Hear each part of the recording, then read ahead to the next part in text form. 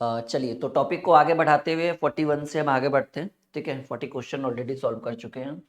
दो संख्याएं 3:4 के अनुपात में है और इनका लघुत्तम समापवर्त जिसको हम लोग एलसीएम बोलते हैं 180 है। देखिए, अगर इस तरह का प्रश्न आ जाए कि संख्या का रेशियो गिवन हो और एलसीएम या एचसीएफ गिवन हो और पहली संख्या और दूसरी संख्या पूछे तो कैसे सॉल्व करेंगे। अगर इस तरह के प्रश्न आ जाए तो आप संख्या को क्या मान लीजिए, एक्स मान लीजिए। अब ये दो संख्याएं 3:4 के रूप में है, तो एक को आप 3x और एक को आप 4x मानिए। इन दोनों का अगर आप एलसीएम निकालिएगा तो आपको पता है कि एलसीएम एक्स एक्स तो कॉमन है, तो एक्स तो एलसीएम में आएगा नहीं। इन दोनों का अगर आप एलसीएम निकालिएगा तो 4 बाहर आएगा। कैसे? देखिए, ये 3x है और ये 4x है। अगर इसका एलसीएम निकालिएगा तो x कॉमन है, तो यहाँ 3 बच गया और यहाँ 4 बच गया। ठीक है, तो ऐसे कंडीशन में आपका जो एलसीएम होगा उसमें x का कोई भागीदार नहीं रहेगा, आप एलसीएम को ले सकते हैं 12। अब कह रहा है कि एलसीएम सर गिवन है 180। ठीक है, तो या तो आप 12x रख सकते हैं, चलिए ज्यादा बेटर रहेगा। एलसीएम को ले लेंगे 12। कोई अगर सोच रहा है कि 12x² होगा, ऐसे नहीं होगा। देखिए अभी हम क्लियरली 4 और 3 हमने लिया, 4x और 3x लिया, तो x बार में हमने इसको लगा दिया, तो यहाँ 4 और 3 बचेगा। तो एलसीएम बराबर क्या रूल है कि सबका गुना है, तो 4 12 एक्स, 12x² नहीं 12x एलसीएम हो जाएगा। तो ऐसे कंडीशन में कह रहे हैं कि इनका लघुत्तम समावर्त 180 है और आपको पता है कि एलसीएम 12x है और जिसकी वैल्यू 180 है। 180 की वैल्यू जो है वो 12x है, या फिर आप ऐसे लिख सकते हो, ठीक है, कि 12x बराबर 180 then x is equal to 15। 15 बार में ये कट जाएगा आपका। तो अब सवाल है कि जब ये 15 बार में सर हमें x की वैल्यू निकल ही चुका है, तो पहली संख्या जो 3x है, पहली संख्या 3x है ना, तो 3x यानी 3। ठीक है, 3x यानी 3 और गुने x की वैल्यू हमें 15 गिवन है, तो x इज इक्वल टू 45, जो हमारे प्रश्न में बी ऑप्शन को डिनोट करे। बहुत ही सिंपल है। अगर किसी बच्चे के मन में चल रहा है कि सर एलसीएम 12x² होगा, तो गलत है बाबू। देखो 3x और 4x है, तो x तो कॉमन ही हो गया, जैसा कि आप देख पा रहे हो कि x बार में हमने लगा दिया, जैसे 2 बार में 3 बार में लगाते हैं, आप x बार में लगा सकते हो। अगर दो संख्याओं में कॉमन लग रहा है तो आप लगा सकते हो। तो फाइनली हमारा एलसीएम जो आया वो 12x आया। अगर किसी बच्चे के मन में चल रहा है कि एलसीएम 12x होगा, क्योंकि अभाज्य संख्याओं का गुणनफल एलसीएम होता है, तो 3x और 4x का एलसीएम निकालिएगा तो 12x², ये आपके मन में चल रहा है, बिल्कुल गलत होगा। क्योंकि सर ये ध्यान दीजिए कि x दोनों जगह कॉमन है। छोटे छोटे पॉइंट्स हैं जो आपके लिए बहुत इंपॉर्टेंट है। बड़े बड़े टॉपिक्स तो हर बच्चा सॉल्व कर लेता है, जो छोटी छोटी बातें हैं जो आपको समझना बहुत जरूरी है। चलिए, तीन संख्याएं 1 2 4 के अनुपात में इनका गुणनफल 125 है। देखिए, तीन संख्याएं हैं, मैं पेन का कलर चेंज कर लेता हूँ, वरना जो कलर का क्वेश्चन है वही कलर का आंसर होगा तो थोड़ा सा परेशानी होगा। 1 2 3, तीन संख्याएं 1 2 और 4 के अनुपात में है। ठीक है, और इनका गुणनफल देखिए, ऐसे कंडीशन में अगर रेशियो गिवन हो और गुणनफल जो बोले योग्य पूछे, तो ऐसे कंडीशन में आप संख्या को क्या मान लीजिए, x मान लीजिए, यानी 1x 2x 4x, और इनका गुणनफल यानी 1x into 2x into 4x is equal to given है कि इनका गुणनफल 125 है। तो 4 दूनी 8 और x गुने x गुने x गुना में घात जुटता है, तो तीनों के ऊपर पावर 1 था। 8x³ is equal to 125 and x³ is equal to 125 divided by and x is equal to, ये घनमूल हो जाएगा, ठीक है, 125/8, then x is equal to 125 का घनमूल 5 × 5 = 25, 5 × 125 ये 5 हो जाएगा, और 8 का घनमूल 2 दूनी 4 दूनी 8, यानी x is equal to 5/2। This is the right answer of this question. ये बहुत ही सिंपल वे में, लेकिन ये प्रश्न नहीं पूछ रहा है, प्रश्न पूछ रहा है इसमें से मध्य वाली संख्या, और मध्य वाली संख्या, मध्य संख्या की बात कर रहा है। आपसे ये नहीं पूछ रहा है कि x का मान क्या है। मध्य संख्या यानी मध्य में सर ये है 2x है, यानी 2 × x की वैल्यू हमें मिल चुका है 5/2, एंड 2 से 2 कैंसिल हो गया। मध्य वाली संख्या सर जी b, ये भी b को ही डिनोट करेगा। 5 इज द राइट आंसर। देखिए, बहुत ही कॉन्सेप्ट मैं आपको प्रोवाइड करूंगा, दोबारा आपको जीवन में कभी रेशियो पढ़ने की जरूरत नहीं पड़ेगी। इस सीरीज को अगर आप ज्वाइन करते हैं, अगर आप हमारे साथ पढ़ते हैं, ठीक है, फिर आपका बुक सॉल्यूशन हम करवाएंगे, बिल्कुल परेशान मत होइए। आपका बुक सॉल्यूशन एक एक, जैसे 2 बुक हमने अपने माइंड में सोच रखा है, एक RS अग्रवाल थर्ड राइटर, एक SD यादव। उम्मीद है तो दोनों सॉल्व करेंगे, वरना एक तो खैर तय है कि एक बुक हमें सॉल्व करना है। अगर आपकी मर्जी हो तो हम दोनों का दोनों सॉल्व कर सकते हैं। ठीक है, ready for the next question. चलिए 43 की बात करें। एक मेज तथा एक पंखे का कुल मूल्य मेज और साथ ही साथ पंखा, मेज प्लस पंखा का मूल्य है 4000। ये देखिए दिया हुआ है। करें इनके मूल्यों का अनुपात, यानी मेज और पंखा के मूल्य का अनुपात जो है वो 3:2 है। तो कह रहा है मेज का मूल्य, देखो बहुत ही सिंपल वे में इसको सॉल्व करेंगे कि सर जी टोटल है 4000, मेज का रेशियो 3 है, पंखा का 2 है, टोटल का तुलना टोटल से 3 2 5, और कह रहा है कि मेज का चाहिए, जिसके बारे में पूछे उससे गुना। ये बहुत ही सिंपल है, टोटल का तुलना टोटल से, जिसके बारे में पूछा उससे गुना कर दीजिए। मेज के बारे में पूछा, मेज को 3 से डिनोट करा, 8 या 2400 इस प्रश्न का सही उत्तर है। और जैसा कि आप देख पा रहे कि ये पहले नंबर ऑप्शन को डिनोट कर रहा है। बहुत ही सिंपल वे में सॉल्व करें। कोई कॉन्सेप्ट ऐसा जो आपको समझ में नहीं आए तो नीचे कमेंट बॉक्स में आप अपना कमेंट डाल सकते हैं, और यकीन मानिए कि आपको कमेंट डालने की जरूरत ही नहीं, क्योंकि मैं इतना बारीकी से आपको पढ़ा रहा हूँ, हर चीज एकदम आराम आराम से, ताकि हर स्टूडेंट इस चीज को समझे। एक 624 रुपये को 3 व्यक्ति एबीसी में 1/2, 1/3 एंड 1/4 के अनुपात में वितरित किया गया। कह रहे हैं इसमें सी का हिस्सा क्या होगा। बहुत ही सिंपल वे में हम इसको सॉल्व करेंगे, बहुत अच्छे ढंग से। यकीन मानिए कि इस क्लास में, इस सेशन में आपको कहीं कोई प्रॉब्लम नहीं आएगी। बुक सॉल्यूशन हम करवा देंगे, आपको कोई प्रॉब्लम ही नहीं होगा। देखिए जी, अमाउंट कितना है बाबू, देखो फर्स्ट ऑफ ऑल तो ये ध्यान रखना कि मैंने आपको जब रेशियो पढ़ाया था, मैंने रेशियो में बताया था कि रेशियो कभी भी P/Q के रूप में नहीं होता है, अंश और हर के रूप में नहीं होता है। लेकिन सर यहाँ गिवन है, तो ऐसे कंडीशन में इसको हम एडजस्ट कैसे करेंगे। देखो बाबू, इसके सॉल्यूशन की अगर बात करें तो आपको अमाउंट गिवन है, आपको धनराशि जो है वो आपको गिवन है, और अमाउंट है 6:4, और इसको हम A/B/C में 1/2 1/3 1/4 के रेशियो में डिस्ट्रीब्यूट किया गया है। ऐसे कंडीशन में हमें पता है कि sir ji ratio is note, ratio कभी भी P/Q के रूप में नहीं हो सकता है। तो ऐसे कंडीशन में एक रूल होता है कि इसका आप एलसीएम ले लो, नीचे वाले का 2 3 4 का एलसीएम होता है बार, इससे इसमें भाग दो, ऊपर वाले से गुना, 6 बार में 4 बार में, एंड ये 4 3 बार 3, और ये क्या हो जाता है सर, ये हो जाता है हाइड। इसको हम इग्नोर भी कर सकते हैं एज लाइक दिस। अब आपका A/B/C जो हो गया 6:4:3, ठीक है। अब देखो माय डियर स्टूडेंट्स, ऐसे कंडीशन में अमाउंट कितना है 624। सर अमाउंट है 624, यानी 624 टोटल के लिए ना, एबीसी टोटल का तुलना टोटल से, 6 4 10 3 13, टोटल का तुलना टोटल से, कह रहे हैं सी का हिस्सा। एक चीज याद रखिएगा, अगर आप मुझसे पढ़ रहे हैं तो याद रखिएगा कि टोटल का तुलना टोटल से, और जिसके बारे में पूछे उससे गुना किया जाता है, इस बात को ध्यान रखिएगा, ठीक है। तो टोटल 624 है, टोटल का तुलना टोटल से, सी का हिस्सा पूछ रहे हैं बाबू। देखिए सी जो है ये है आपका सी, जिसके बारे में पूछा, सी के बारे में पूछा है सर, सी 3 है, 13 13 चक 52, 10 बचा, 63 91 13 चलो 48 गुने 3, 50 तिया 150, 2 तिया 6 घट गया, 144 हो जाएगा बाबू। आप कैलकुलेट करके देख सकते हैं, कोई बहुत बड़ी बात नहीं है। D is equal to right answer of this question.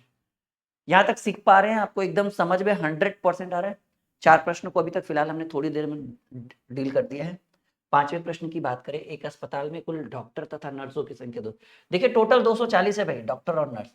यदि इनके नर्सों, डॉक्टर तथा नर्स, डॉक्टर और नर्स का रेशियो है 5:7, ठीक है। बहुत ही सिंपल वे में इसको सॉल्व करेंगे कि सर टोटल स्टाफ है 240, डॉक्टर और नर्स 5 और 7 के अनुपात में, टोटल का तुलना 7 5, टोटल का तुलना टोटल से। तो कह रहे नर्सों की संख्या, देखो बहुत ही सिंपल है कि टोटल का तुलना टोटल से, और जिसके बारे में पूछे, सर नर्स के बारे में पूछ रहे हैं, नर्स 7 है, 12 दूनी 24, 20 12 20 7 140 नर्सेस हॉस्पिटल में। डी आपका उत्तर हो गया।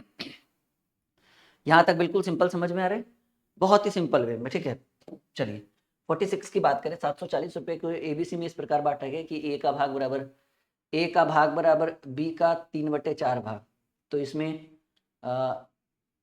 बी का भाग सी के भाग से ए का, ओहो टाइपिंग गलत है जी, माफी चाहेंगे इस प्रश्न के लिए, रॉन्ग टाइपिंग, सही ढंग से टाइपिंग नहीं किया हुआ है, इस कारण से हम इसका प्रश्न का सॉल्व नहीं कर सकते हैं।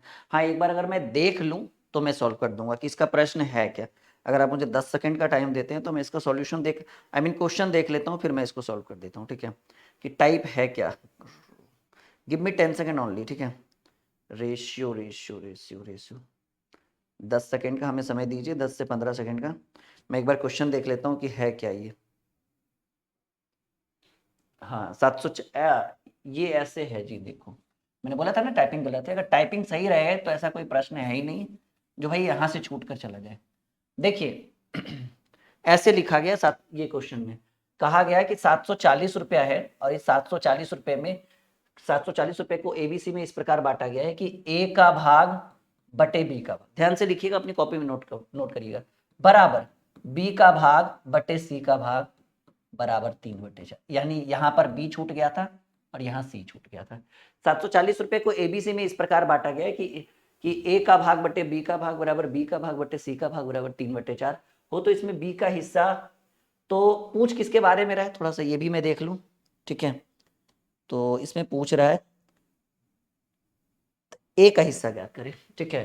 तो थोड़ा सा टाइपिंग गलत है, इसके लिए मैं माफी चाहूंगा, लेकिन मैं आपको एक बेहतर सॉल्यूशन प्रोवाइड करूँ। देखो बाबू, कह रहे हैं ए का भाग बटे बी का भाग बराबर बी का भाग बटे सी का भाग बराबर 3/4, यानी ए बटे बी बराबर भी 3/4 हो सकता है और बी बटे सी बराबर भी 3/4 हो सकता है, क्योंकि ए बी बराबर बी सी बराबर ए बटे बी बराबर बी बटे सी बराबर 3/4, यानी इसके बराबर भी इसको कर सकते हैं, इसके बराबर भी इसको कर सकते हैं, यानी इसको आप ऐसे लिख सकते हो ए रेशियो बी बराबर 3 क्योंकि बटा का मतलब होता है रेशियो का मतलब बटा, बी रेशियो सी बराबर 3:4। देखो अब क्या करो आप कि ए रेशियो बी बराबर 3:4 एंड बी रेशियो सी बराबर 3:4, then A ratio B ratio सी।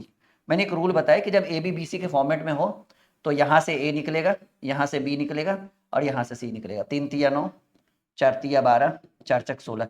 जिसको समझ में नहीं, उंगलियां देखते रहिए कैसे कैसे हम फेरते हैं, ठीक है। तो ए बी सी का निकल गया, अमाउंट कितना है भाई 740, और टोटल का तुलना टोटल से 16 12 28 28 9 37, टोटल का तुलना टोटल से। ए के बारे में पूछ रहा है, ए की धनराशि है 9, 20 बार में कटेगा 20 × 180, ठीक है। चलिए टाइपिंग थोड़ा सा मिस्टेक था पर कोई बात नहीं, आपके कोर्स के अंदर आपको पीडीएफ दिखेगा, या तो आप टेलीग्राम पर जाकर देख सकते हैं, आपको ये पीडीएफ आपको दिख रहा होगा और आराम से इसका सॉल्यूशन कर सकते हैं। यहाँ तक क्लियर है एकदम 100% फुल कॉन्फिडेंस के साथ। 47 देख लो एक बार, बहुत ही सिंपल है, कह रहा है ए का भाग बटे बी का भाग बराबर बी का भाग बटे सी का भाग बराबर 3/4, यानी ए बटे बी बराबर बी बटे सी बराबर 3/4, यानी ए बटे बी बराबर भी 3/4 लिख सकते हैं। जब हम ए बटे बी बराबर 3/4 लिखेंगे बाबू, तो इसको ऐसे नहीं लिख सकते हैं कि ए अनुपात बी बराबर 3:4, और वही जब बी बटे सी बराबर भी 3/4 लिखेंगे, यानी बी अनुपात सी बराबर भी 3/4, यानी ए बी बी सी हमें मिल ही गया, तो A B C find out कर लेंगे।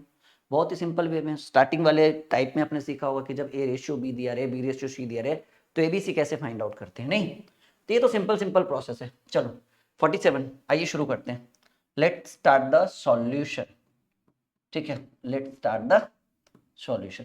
कह रहे हैं 2600 रुपये को PQRS में इस प्रकार बांटा, देखो ये भी सेम प्रश्न है कि 2600 रुपया है और इसको PQRS में इस प्रकार बांटा गया कि P का भाग बटे Q का भाग बराबर Q का भाग बटे R का भाग, और यहाँ देखो एक छूट गया, R का भाग बटे S का भाग, लिख लीजिएगा जिसका छूटा हुआ बराबर 3/4।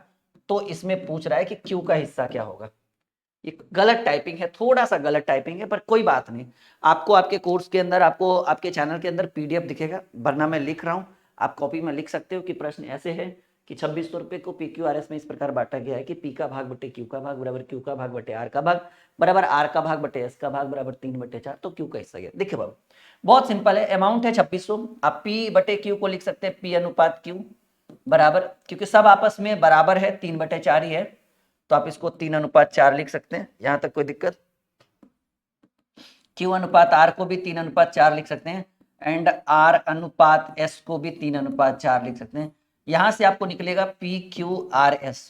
मैंने ABCD बताया था ना कि AB ratio BC ratio CD रहे तो ABCD कैसे निकालते हैं, मैंने आपको तीसरे चौथे टाइप में शुरू में ही पढ़ाया था। फिर भी अगर आपको ध्यान नहीं है तो बिल्कुल आप ध्यान से देखिए, समझ में आएगा।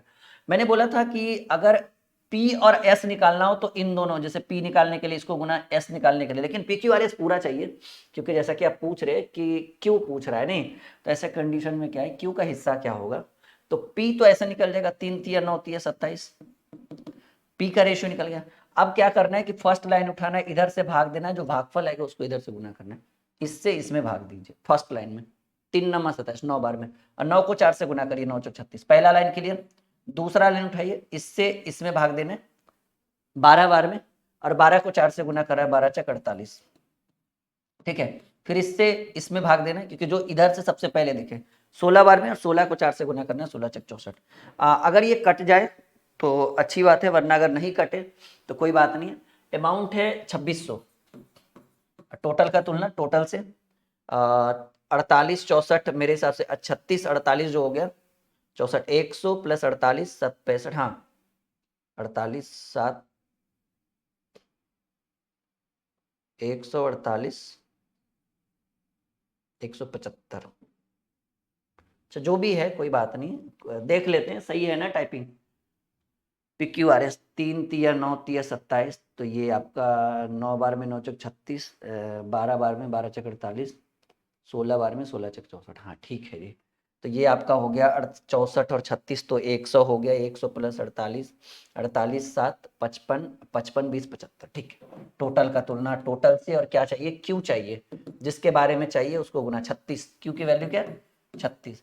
तो अब आप काट सकते हो 25 15 बार 5 से काट दीजिए, 5 तिया 15, 5 पचे 25 35 बार में 5 पचे 25, 1 0 5 दूनी 10 0 520 बार में। अब ये कट जाएगा, 5 से और काटिए, 5 सत्ते 35, 5 इकैया 5, 10 पचे 50, एक सेकेंड, 5 104। ठीक है, अब आपका जो है ये कटेगा नहीं, 104 इंटू 36/7। ये टाइपिंग गलत है मेरे हिसाब से, इसलिए आंसर होगा नन। आप आंसर मार सकते हैं। ठीक है, आप अपना आंसर किसको लगा सकते हैं, नन को लगा सकते हैं, क्योंकि टाइपिंग मेरे हिसाब से ये थोड़ा सा गलत है। ठीक है, यहाँ तक कोई दिक्कत? हाँ, बाकी कैलकुलेशन अगर हो जाए तो अच्छी बात है। 7 3 4 नहीं, थोड़ा सा मिस्टेक कहीं तो हो रहा है, वो आप कर लेंगे। मैंने आपको बेसिक कॉन्सेप्ट बता दिया है, तो आपको छूटेगा नहीं। और नहीं तो फिर लास्ट में नन को टिक लगा दीजिएगा, नहीं तो फिर अगर देख लीजिएगा कहीं पर टाइपिंग मिस्टेक हो। ठीक है, क्योंकि हो सकता है कोई बहुत बड़ी बात नहीं, 3:4 है। ठीक है, तो क्यू का हिस्सा पूछे या कोई और पूछ देगा तो आप कर लीजिएगा आप सॉल्व। ठीक है, हो सकता है कि क्यू ना पूछ कर कोई और पूछे। क्वेश्चन हम देख लेंगे एक बार थोड़ा सा। 3 संख्याओं का योग 256 है। ये बहुत बड़ा प्रॉब्लम नहीं है, इसका PDF आपको मिल जाएगा। ठीक है, बहुत बड़ा प्रॉब्लम नहीं है, आप आराम से इसको सॉल्व कर सकते हैं। मैंने आपको बेसिक पढ़ा दिया, मैंने इतना नॉलेज दे दिया है इस प्रश्न में कि आप इसको डील कर सकते हैं। कैलकुलेशन का कहीं मिस्टेक हुआ होगा, नहीं तो कहिए तो हम एक बार और देखते हैं ट्राई करके। ठीक है, देखो ये सही है, टोटल अमाउंट है 2600, टोटल का तुलना टोटल से। यहाँ पे मुझे थोड़ा सा मिस्टेक लग रहा है कि हो सकता है 3:4 ना रखकर 2:3 या कुछ समथिंग रहे, क्योंकि अगर ये 3 4 रहेगा तो PQ QR RS। ठीक है, तो 3 तिया 9 तिया 27, 27 में 9 चक 36, 36 में से 3 गए 12 चक 48, 48 16 चक 64। बिल्कुल सही है मेरे हिसाब से। ठीक है, आप एक बार ट्राई करके देखना, बन जाएगा आपसे, 100% बनेगा ये। ठीक है, एक बार करके देखिएगा, ये हो जाएगा, बहुत दिक्कत नहीं है। 3 संख्याओं का योग 256 है। पहली और दूसरी का अनुपात देखो, ये बहुत ही 3 संख्याएं यानी A plus B plus C is equal to 256। पहली और दूसरी यानी A/B बराबर 3/5, दूसरी और तीसरी B/C बराबर 5/8। देखो भाई, जब AB और BC गिवन हो तो हमें ABC निकालना चाहिए। क्यों? क्योंकि B की वैल्यू 5 है और इसी प्रश्न में B की वैल्यू फिर से 5 आ जाए। मतलब एक ही प्रश्न में B की, मतलब एक सिंपल सा समझिए ना कि AB और BC गिवन है, तो ABC निकालने के लिए A ऐसे निकाल सकते हैं 5 तिया 15, B ऐसे निकाल सकते हैं 5 पचे 25, और C ऐसे निकाल सकते हैं 8 पचे 40। ठीक है, ओह सॉरी 8 पचे 40, 5 से काट दीजिए, 5 तिया 15, 5 पचे 25, 40। आप आराम से काट सकते हैं। टोटल अमाउंट है 256 या 3 योग्य है 256, 8 5 13 3 16। ठीक है, टोटल का तुलना टोटल से, तो दूसरी संख्या आपसे पूछ रहा है, बी की वैल्यू चाहिए। बी की वैल्यू है सर जी 5, 16 को 16 बार में कटिएगा तो 256 आ जाएगा, 16 पचे 80।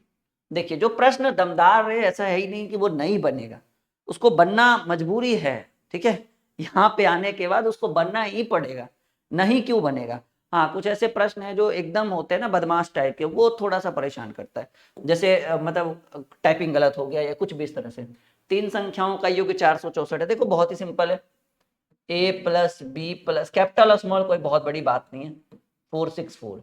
दूसरी एवं तीसरी, यहां देखिएगा ध्यान से, दूसरी और तीसरी का अनुपात 9 16, और पहली और तीसरी A और C का अनुपात 1 और 4। ठीक है, देखिएगा टाइपिंग अगर गलत नहीं रहेगा तो बिल्कुल सही आंसर आएगा।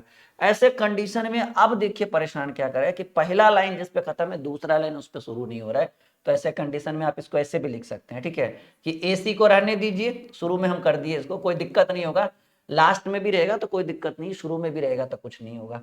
इसको बी सी को हम सी भी कर दिए, और सी भी कर दिए तो ये भी आगे आ गया और ये पीछे आ गया। अब यहां से ए बी और सी, देखो बाबू ए बी सी कैसे निकलेगा, ये सी और सी को गुना करिएगा तो सी निकलेगा, 16 चक 64, इन दोनों को गुना करिएगा तो सी निकल चुका है ऑलरेडी, ए निकलेगा 16 गुने 1 16, ठीक है, और इन दोनों को गुना करिएगा तो सी निकल चुका है, बी निकलेगा 4 चक 16। अब आप काट सकते हैं, एक एक 16 चक 64, एक एक 4, ठीक है, टोटल अमाउंट कितना है जी 464, टोटल का तुलना टोटल से, 4 1 5 और 1 6, किसका चाहिए तो दूसरी संख्या बी चाहिए, दूसरी संख्या 1 है, 6 6 सत्ते 42, अच्छा ऑप्शन में नहीं है, 6 चक 36, 6 सत्ते 42, ठीक है। देखो ये तो असंभव चीज है कि योग्य 464 है तो दूसरा कहां से 7000 आएगा, ठीक है, एक बार देख लेते हैं, 6 सत्ते 42, 4 0, 6 सत्ते 42, 17 पॉइंट समथिंग आएगा, यानी आप नन ऑफ दिस को टिक लगा सकते हैं, ठीक है, बहुत ही सिंपल है, आराम से इस तरह से प्रश्नों को डील कर सकते हैं। एक आध प्रश्न में टाइपिंग गलत था, पर इसको ये मत समझिएगा कि हमें नहीं आता है, मतलब आप सीख चुके हैं, इसमें कोई डाउट नहीं है, ठीक है, कुछ टाइपिंग मिस्टेक्स की वजह से अगर एक आध दो प्रश्न इधर उधर हो गया, जैसा कि अब ये वाला मुझे लग रहा है, क्योंकि ये होना तो बिल्कुल सही चाहिए था, 9 16 4, तो ये आपका हो जाएगा, ठीक है, यहां तक सीख चुके हैं। एक बार फिर से मैं अगर इसको एक बार देखूं ट्राई करके, ठीक है, एक बार और मैं इसको ट्राई करके देखता हूँ, गिव मी 10 सेकेंड, 10 सेकेंड एक बार और आप मुझे दीजिए। अगर मैं ऐसे ही रहने दूं एडजस्ट करके, जैसे था वैसे ही, BC बराबर 9 16 ही रहने देते हैं, और इसको आगे कर देते हैं, CA लिख देते हैं। ये मेरे हिसाब से देखो 1 4 ना रखकर 11 4 होना चाहिए था, इस कारण से इसको CA कर दिए तो ये 4 1 हो गया। अब यहाँ से A B और C देखते हैं, अगर सेम ऑप्शन है, सेम 1 1 4 आएगा तो फिर तो कोई दिक्कत ही नहीं है। देखो बाबू अगर इन दोनों को गुना करेंगे तो C निकलेगा 16 चक 64, ठीक है, यहाँ तक कोई दिक्कत नहीं। इन दोनों को गुना करेंगे तो बी निकलेगा। अच्छा हाँ, थोड़ा सा तो माइनर मिस्टेक लग रहा है मुझे, यहां से गुना करेंगे तो बी निकलेगा 9 चक 36, और यहां से गुना करेंगे तो ए निकलेगा, हाँ जी हाँ जी, 16 36 64, ठीक है, तो टोटल योग्य है। चलिए देखते हैं, वहां से टाइपिंग नहीं हो पाया था, मतलब ये सही मुझे लग रहा है, टोटल योग्य है 464, और टोटल का तुलना टोटल से, काट दीजिए, 4 चक 16, 4 9 36 और 16 चक 64, ठीक है, तो 16 9 25 4 29, 16 9 25 4 29, टोटल का तुलना टोटल से, और दूसरी संख्या यानी बी चाहिए तो 9 चाहिए, 29 एकम 29, 16 एक बार में 29 लगेगा, 17 बचेगा, 30 6 बार में 29 छक 30 छक 180 होता है, 29 छक 14, 16 बार में 16 नमा 144, हाँ ऐसे भी नन ही आंसर आया, ठीक है, ये आपका उत्तर हो गया 16 नमा 44, ठीक है। वो मुझे मिस्टेक थोड़ा सा मुझे लग रहा था कि कहीं ना कहीं माइनर मिस्टेक है। यहाँ तक सीख चुके हैं, 49 क्वेश्चन डन हो चुका है, ये कर लीजिएगा जो भी छोटा मोटा माइनर मिस्टेक है। तीन संख्याओं का योग्य 294 है। देखिए सेम टू सेम वही क्वेश्चन है, a plus B plus C is equal to 294, दूसरी और तीसरी का अनुपात, पहली और दूसरी, अच्छा, a ratio b is equal to 2 ratio 3, and दूसरी और तीसरी यानी b ratio c is equal to 5 ratio 8, a b c, 5 दूनी 10, 5 तिया 15 और 8 तिया 24, ABC निकल गया।